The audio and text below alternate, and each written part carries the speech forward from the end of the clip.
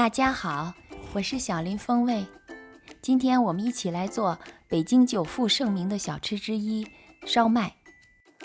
京城有一个著名的烧麦馆叫都一处，里面的烧麦皮薄如纸，个个周围都有褶皱的花边，味道是一贯的好。小的时候，有一次爹妈带我们去逛街买东西，中午时分又渴又饿，吃的就是它的烧麦。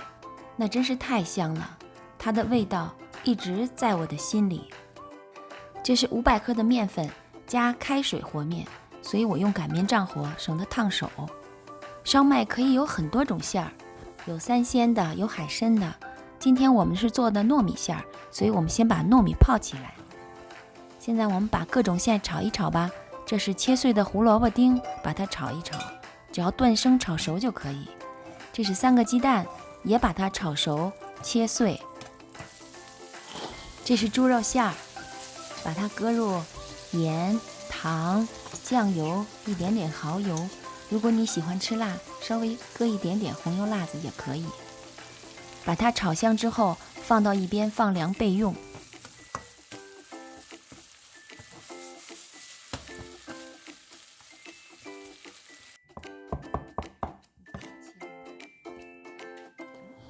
现在你看到的是水发木耳，一定要现吃现发哦，木耳早发了容易不好。现在把木耳切好备用。这是香菇，也是把它切碎备用。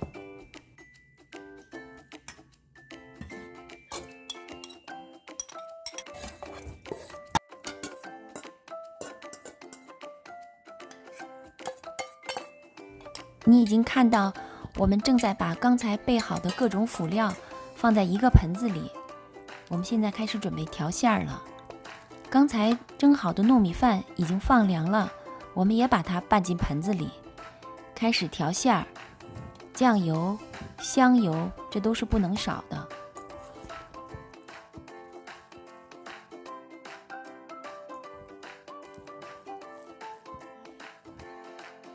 馅儿调好了，我们就开始准备和面。刚才的面因为是用开水和的，虽然醒发了，但是依然有点粘手，但是没关系，我们把它醒一醒之后，开始切剂子。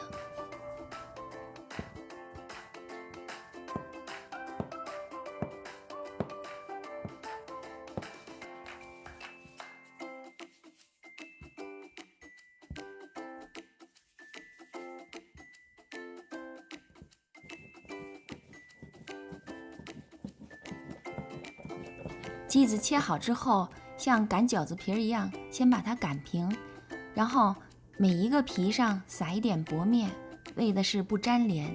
因为是用烫面和的，所以它非常容易粘，一定不要忘了要撒薄面。这样把一沓饺子皮像我这样花一样的拧一下，打开，再拧一下，再打开，你就会看到很多褶皱的边儿了。